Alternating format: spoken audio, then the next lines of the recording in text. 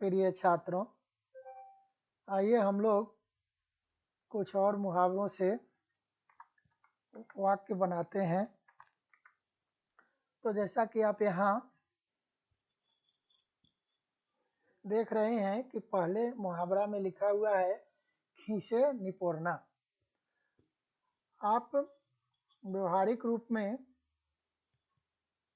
देखते होंगे कि कुछ लोग ऐसे होते हैं कि गलती करेंगे और जब उन्हें डांट लगाई जाती है, फटकार लगाया जाता है, तब वे हंस करके रह जाते हैं। वे सिर्फ दांत निपोड़ देंगे, दांत दिखा देंगे और रह जाएंगे, उनके ऊपर कोई असर नहीं पड़ता है। तो ऐसे लोगों को कहते हैं, ऐसी क्रिया को, प्रक्रिया को कहते हैं खीसे निपोरना। तो उस समय जो परिस्थिति होती है उसको बोलते हैं खीसे निपोरना। तो वाक्य बनाएंगे, डांट खाने के बाद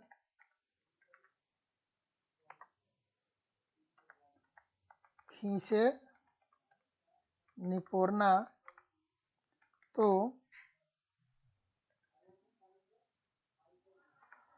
बलवंत की आदत सी बन गई है। तो यहाँ हम इसको पहले ठीक कर लेते हैं, और यह कॉमन नाउन है इसलिए ऐसा है। तो वाक्य बन गया और इसको हम लोग अंडरलाइन कर देते हैं। प्रायः ऐसा होता है कि डांट खाने के बाद आदमी हंस करके रह जाता है, मतलब उसे कोई शर्म नहीं आती है और वह निर्लज्ज बना रहता है। खाला जी का घर कहने का मतलब अपनी मनमानी जहाँ पर चले उस जगह को कहते हैं खाला जी का घर। तो कुछ लोग आते हैं और जिस तरह से घर में अपना व्यवहार करते हैं वही व्यवहार कक्षा में भी करेंगे, वही व्यवहार कार्यालय ऑफिस में भी करेंगे। तो वहाँ उन्हें समझाया जाता है, कहा जाता है कि देखो भाई, यहाँ तुम्हारी मनमानी नहीं चलेगी, यह खाला जी का घर नहीं है। तो लिखेंगे कि विद्यालय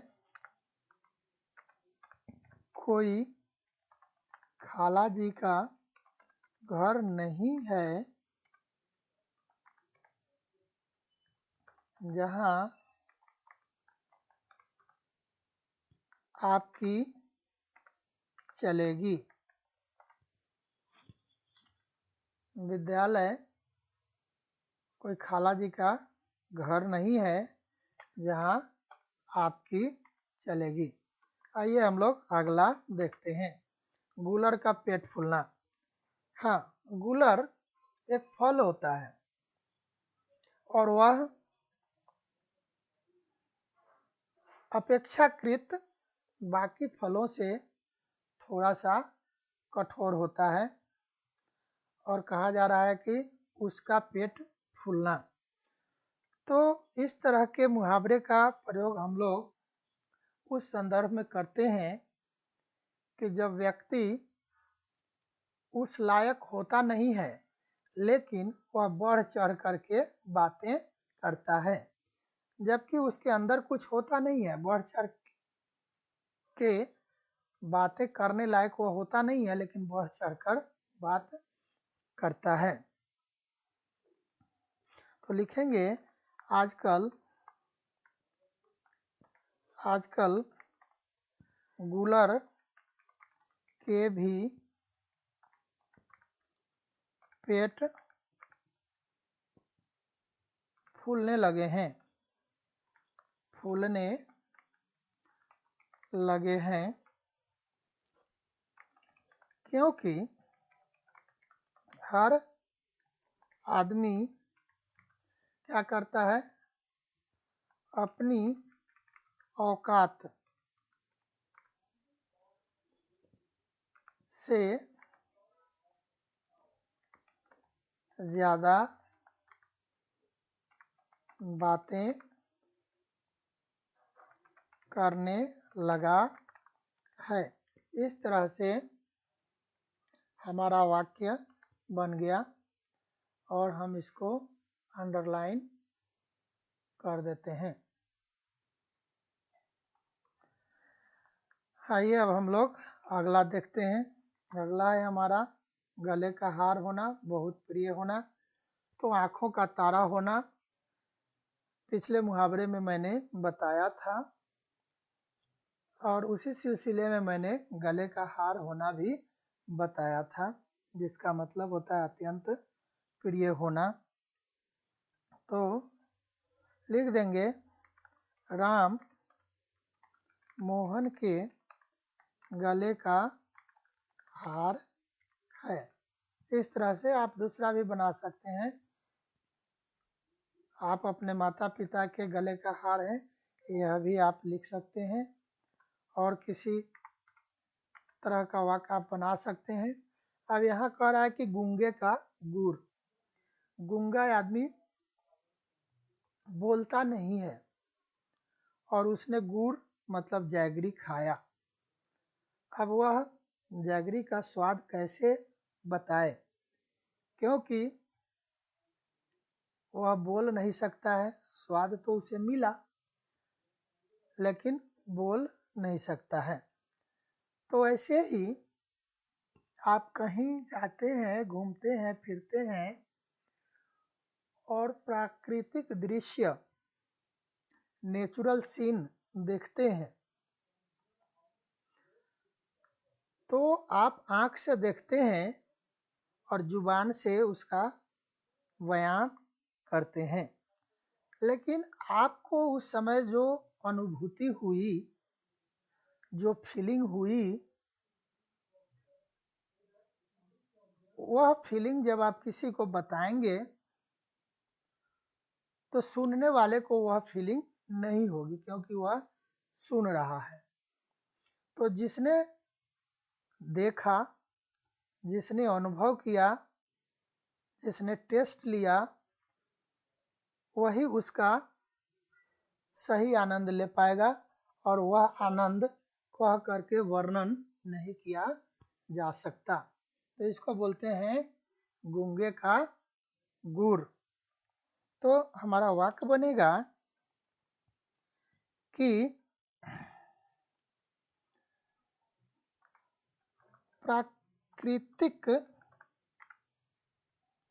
दृश्य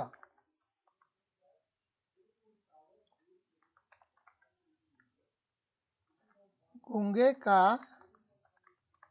गुड़, गूंगे का गुड़ है। जिसने देखा उसने ही अनुभव किया। यह हो गया आपका वाक्य। तो जिसने देखा उसने ही अनुभव किया, इसको सुनने वाला अनुभव नहीं कर सकता है। आगे हम लोग देखेंगे गरे मुर्दे उखाड़ना। जो बातें बीत गई, सेटल हो गई, समझौता हो गया, फिर भी उसी बात को जब हम निकालते हैं तो कहते हैं गरे मुर्दा उखाड़ना। कभी कभी दो व्यक्तियों के बीच में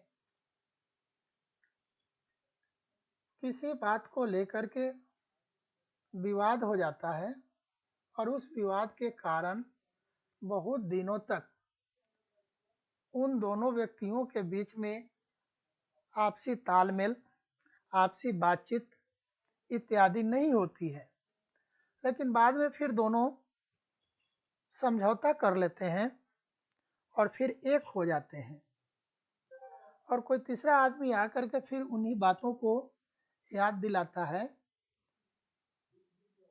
तो इसको बोलते हैं गड़े मुर्दा उखाड़ना।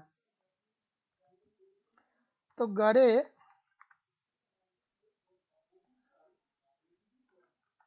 मुर्दे उखाड़ने से क्या लाभ? गड़े मुर्दे उखाड़ने से क्या लाभ?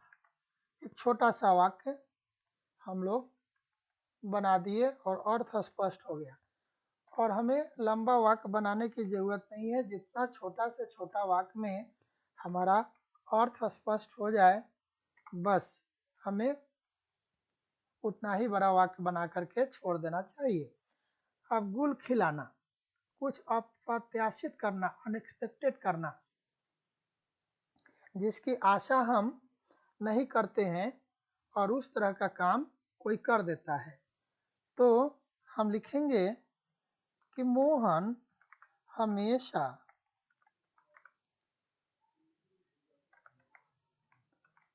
कोई न कोई नया गुल खिलाता ही रहता है। इस तरह से हमारा यह वाक्य बन गया। इसको अंडरलाइन करें और फिर यहाँ आइए इसको करेक्ट कर लें। तो हमेशा कोई न कोई नया गुल खिलाता ही रहता है। गर्दन पर छुरी फेरना, हानि पहुंचाना। उसके पहले हम लोगों ने पहले वीडियो में देखा था कांटा बोना, आस्तीन का सांप होना, ये सब देखा था हम लोग। यहाँ ये गर्दन पर छुरी फेरना, इसको बोलते हैं आपका बहुत बड़ा नुकसान पहुंचाना। तो लिख देंगे, छोटा वाक्य बना दीजिए, राम ने मेरी गर्दन पर छुरी फेर दी। इस तरह से छोटा वाक्य हो गया और अर्थ भी स्पष्ट हो गया। इसको अंडरलाइन करें और आगे बढ़ चलें। आइए, गागर में सागर भरना। थोड़े शब्दों में बहुत कुछ कह देना। इसका मतलब होता है कि आप बहुत कम बोले लेकिन उसका बहुत ही गंभीर अर्थ है, उसको बोलते हैं गागर में सागर भरना। तो गागर में सागर भरना मुहावरा का प्रयोग प्रायः आप हर किताब में देखेंगे, हर व्यक्ति के मुंह से सुनेंगे। तो एक वाक्य बहुत प्रचलित है। हमारे एक कवि हुए रीति काल में, बिहारी लाल, है ना। तो वे, उनके जो दोहे हैं वे हैं तो देखने में बहुत साधारण, लेकिन उसका बहुत गंभीर अर्थ होता है। तो हम लिखेंगे कि बिहारी अपने दोहों में गागर में सागर भरने का काम किया है। अब यहाँ गागर में सागर भरने को हम अंडरलाइन करेंगे और यहाँ एक चीज छूट गया है। वह छूट गया है क्या? ने। बिहारी ने अपने दोहों में गागर में सागर भरने का काम किया है। अब आइए हम लोग अगला मुहावरा देखते हैं। अगला मुहावरा है गिरगिट की तरह रंग बदलना। इसका मतलब होता है कि एक तरह का स्वभाव न रहना। अभी आप कुछ कहेंगे और विश्वास दिलाएंगे दूसरों को कि आप ने जो कहा है वही आप करेंगे, अपनी बात पर आप अटल रहेंगे। आपने जो कहा है वही करेंगे, लेकिन नहीं, क्षण क्षण आप अपनी बात बदलते रहते हैं। तो ऐसी परिस्थिति में हम लोग इस मुहावरा का प्रयोग करते हैं, गिरगिट की तरह रंग बदलना। तो हम लिखेंगे, राम की बातों पर विश्वास मत करना। विश्वास मत करना, वह गिरगिट की तरह रंग बदलता रहता है। तो इस तरह से हमारा यह वाक्य हो गया, और हम इसको मुहावरा को अंडरलाइन करेंगे। तो वह गिरगिट की तरह क्या करता है, रंग बदलता रहता है, इसलिए उस पर विश्वास नहीं किया जा सकता। गुड़ गोबर कर देना और गुड़ गोबर हो जाना। तो गुड़ गोबर करने का मतलब होता है कि किसी दूसरे ने आपका काम बिगाड़ दिया, और गुड़ गोबर हो जाना मतलब आपका काम अपने आप बिगड़ गया। तो वाक्य लिखेंगे, इस साल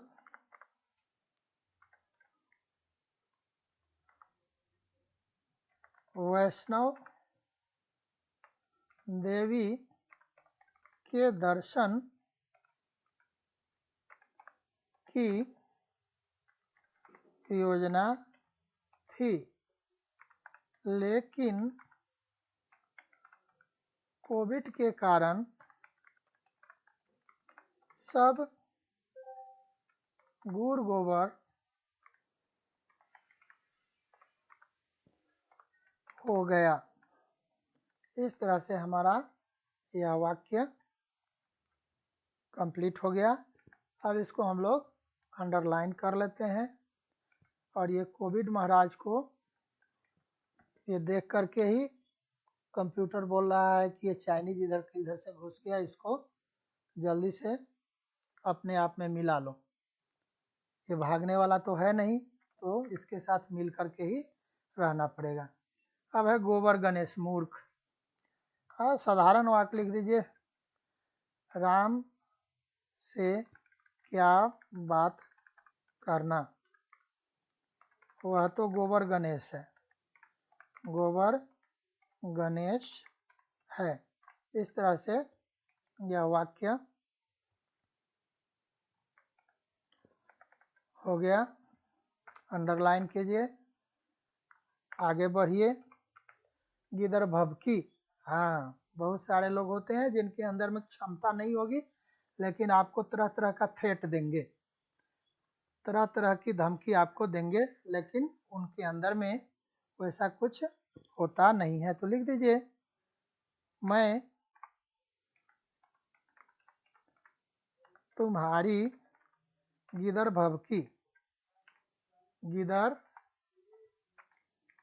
भभकी से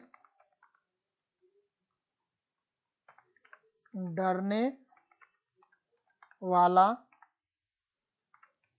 वाली नहीं हूँ। यह वाक्य हो गया। अब हम लोग इसको अंडरलाइन कर दें। ये अंडरलाइन हो गया। अब आइए अगला हम लोग देखते हैं, गाल बजाना, बकवास करना, आडंबर करना, दिखावा करना, शो ऑफ करना। इंग्लिश का मतलब है शो ऑफ करना, है ना। तो यहाँ वाक्य बनाएंगे, मैं तुम्हें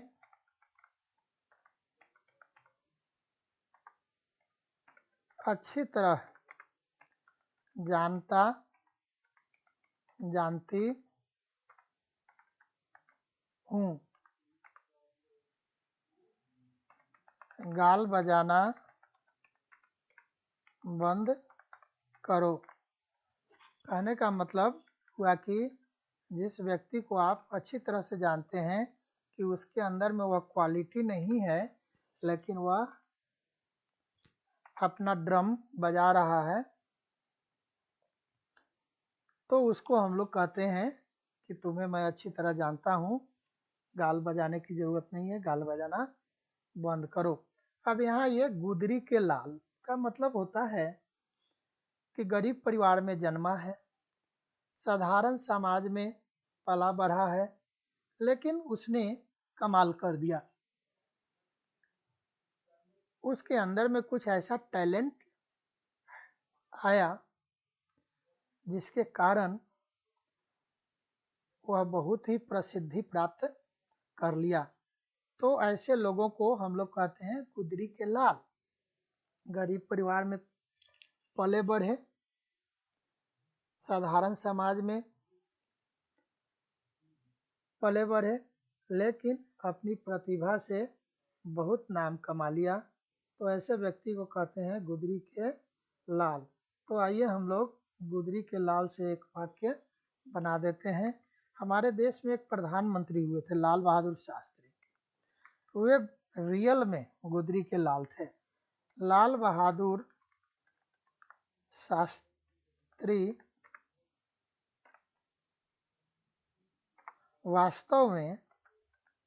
वास्तव में गुदरी के लाल थे। इस तरह से हमारा यह समाप्त होता है। हाँ, ये तो मैं भूल ही गया, अंडरलाइन करना भूल गया। चलिए इसको अंडरलाइन कर देते हैं। तो इस तरह से हमारा टारगेट कंप्लीट होता है। और वीडियो में मैं 15 ही मुहावरे लेता हूँ कि ताकि वीडियो लंबा ना हो और आप इसे देखने में उबाऊपन महसूस न करें। तो आशा करता हूँ कि आप इसे गौर से सुनेंगे, समझेंगे और फिर वाक्य बनाने की जो निपुणता है, आपका जो वाक्य बनाने का स्किल है, उसको बढ़ाने की कोशिश करेंगे। फिलहाल धन्यवाद।